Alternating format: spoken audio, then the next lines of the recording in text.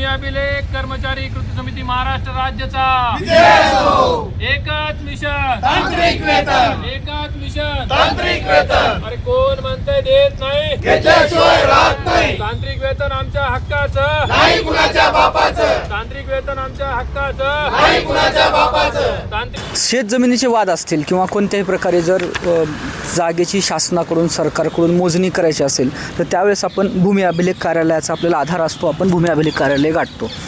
आणि अनेक वेळा आपण पाहतो की शेतकऱ्यापासून सामान्य नागरिकापासून ते प्रत्येकजण ज्यांना आपण पाहतो की भूमी अभिलेख कार्यालयामध्ये जावं लागतं, त्या ठिकाणी त्यांचे प्रश्न मार्गी लावले जातात, जमिनीशी संबंधित कोणताही वाद त्या ठिकाणी सोडवला जातो आणि लोकांवरचा अन्याय दूर केला जातो.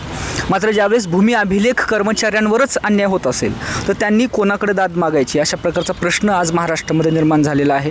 आपण माझ्या पाठीमागं पाहू शकता, भूमी अभिलेख कर्मचारी कृती समिती महाराष्ट्र राज्याच्या वतीने या ठिकाणी विविध मागण्यांसाठी भूमी अभिलेख कर्मचारी आज आंदोलनाला बसलेले आहेत. एक प्रकारे ते संपावर आहेत. यांच्या मागण्या आपण पाहू शकता. तांत्रिक वेतन श्रेणी लागू करा, अतिरिक्त कामकाज केल्यास त्याचा मोबदला नियमानुसार द्यावा, यासह अनेक मागण्या आहेत. आपल्यासोबत आंदोलक आहेत, त्यांच्याकडून चर्चा करूया. सर, विस्ताराने काय सांगाल, कोणत्या महत्त्वाच्या मागण्या आहेत आणि कशा पद्धतीनं आता भूमी अभिलेख कर्मचाऱ्यांवर अन्याय होताना दिसत आहे? नमस्कार, माझं नाव दिलीप उदावंत. मी लातूर जिल्ह्यातील औसा उपाधीक्षक भूमी अभिलेख कार्यालयामध्ये परिरक्षण भूमापक या पदावर कार्यरत आहे. आणि शासनाने वेळोवेळी भूमी अभिलेख कर्मचाऱ्यांच्या तोंडाला तांत्रिक वेतन श्रेणीच्या नावाने पाने पुसलेली आहेत. आणि ह्या सगळ्या गोष्टींचा निषेध म्हणूनच संपूर्ण महाराष्ट्रातले भूमी अभिलेख कर्मचारी हे महाराष्ट्र राज्य भूमी अभिलेख कृती समितीच्या खाली एकत्र येऊन त्यांनी हा संप पुकारलेला आहे. आमच्या प्रमुख मागण्यांमध्ये सर्वात पहिली प्रमुख मागणी आहे की भूमी अभिलेख विभागातील प्रत्येक भूमी अभिलेख कर्मचाऱ्याला तांत्रिक वेतन श्रेणी लागू करावी. नंबर 2चा मुद्दा आहे की भूमी अभिलेख विभागाची जी सुधारित आकृतीबंध मंजुरीवर शिल्लक आहे त्यामध्ये आजही 1994चा जो आकृतीबंध आहे त्याच धर्तीवरचे कर्मचाऱ्यांची भरती झालेली आहे आणि त्याच धर्तीवर कामं करत आहेत. वास्तविक पाहता 1994ची भौगोलिक परिस्थिती, त्यावेळेसचे मोजणी कामाचे आवक आणि आज 2026च्या मोजणी कामाच्या आवकमध्ये जमीन आसमानचा फरक झालेला आहे. आणि त्या प्रमाणात आस्थापना मंजूर नाही, त्या प्रमाणात कर्मचारी उपलब्ध नाहीत, त्या प्रमाणामध्ये मोजणी साहित्य उपलब्ध नाही आहे. आणि त्याच्यामुळं आज आमचा भूमी अभिलेखचा प्रत्येक कर्मचारी हा मेटाकुटीला आला आहे.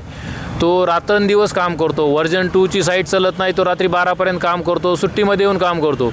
वरून शासनाच्या काही योजना कार्यान्वित करण्यासाठी भूमी अभिलेखच्या कर्मचाऱ्यांचे सुट्टीमध्ये सुद्धा आदेश काढून सनद फी वसुली करा किंवा एखादा कॅम्प लावा असे प्रकार चालू आहेत. म्हणजे भूमी अभिलेखच्या कर्मचाऱ्यांना फॅमिली लाईफ काहीच राहिलेली नाही आहे. आणि ह्या सगळ्यांचा उद्रेक म्हणूनच पूर्ण महाराष्ट्रातले कर्मचारी एकत्र येऊन त्यांनी हा संप पुकारला आहे.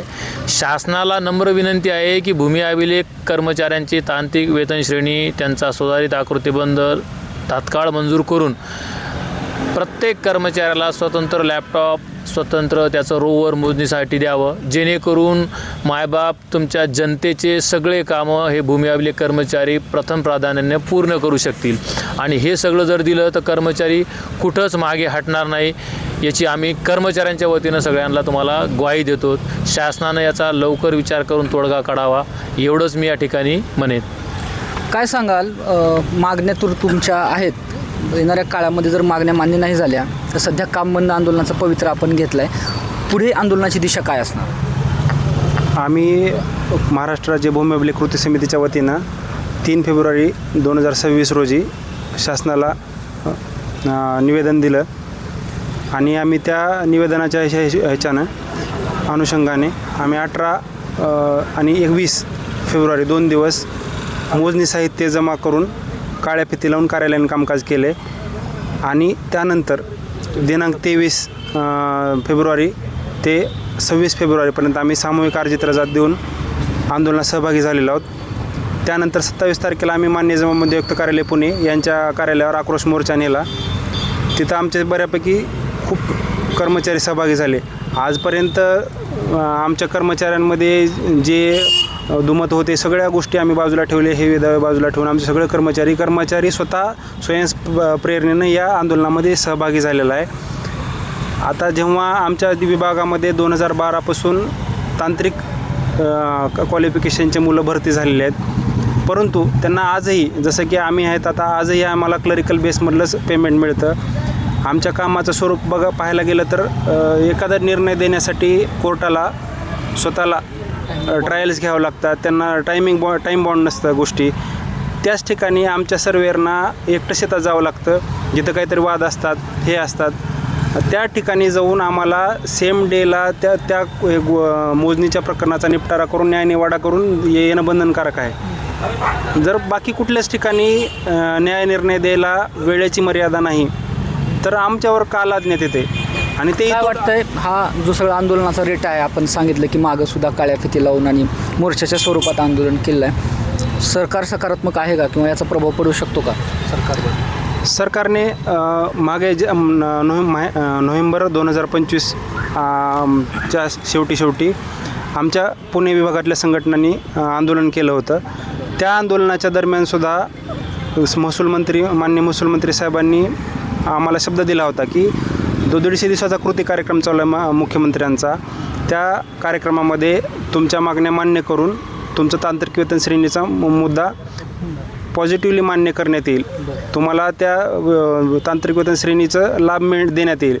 परंतु ती मुदत संपली, त्याच्यानंतर जवळपास महिनाभर होत आला आहे, परंतु आम्हाला अद्यापही काही लेखी देण्यात आले नाही किंवा काही प्रशासकीय स्तरावरून शब्द दिले जातात मात्र ते पाळले जात नाहीत, अशा प्रकारचं चित्र इथं दिसत आहे. आपल्यासोबत आणखी काही आंदोलक आहेत. सर, काय सांगाल, काय भावना आहेत तुमच्या?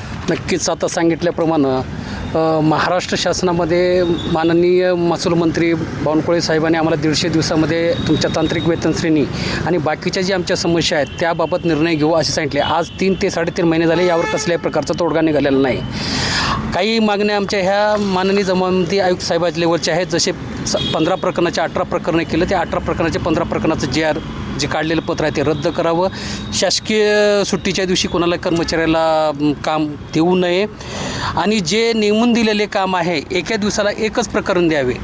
हे सर्व काम करूनसुद्धा याच्या व्यतिरिक्त पानंद रस्ते आहेत, आता छत्रपती शिवाजी महाराज स्वामित्व योजना चालू केलेली आहे, हे सर्व आम्ही कामे करतो. जर मायबाप शासनाने आमच्या जर मागण्या मान्य नाही जर केल्या तर याच्यापुढे आम्ही तीव्र आंदोलन करू. हे कृती समितीच्या वतीने आम्ही सर्व आपणास सांगू इच्छितो.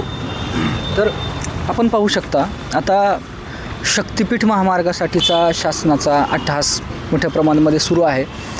शक्तिपीठ महामार्गासाठी शेतकऱ्यांकडून जनतेकडून तीव्र असा विरोध असतानासुद्धा त्या ठिकाणी मोजणी अधिकारी म्हणून भूमी अभिलेखच्या कर्मचाऱ्यांना त्या ठिकाणी जनतेच्या समोर उभं केलं जातं. एक प्रकारे एकीकडं भूमी अभिलेखच्या कर्मचाऱ्यांना बळीचा बकरा बनवायचं आणि दुसरीकडं त्यांना कोणत्याही प्रकारचं साहित्य न देता त्यांना राबवून घ्यायचं, अशा प्रकारची दुटप्पी, अशा प्रकारची ढोंगी भूमिका या ठिकाणी शासन घेताना दिसत आहे.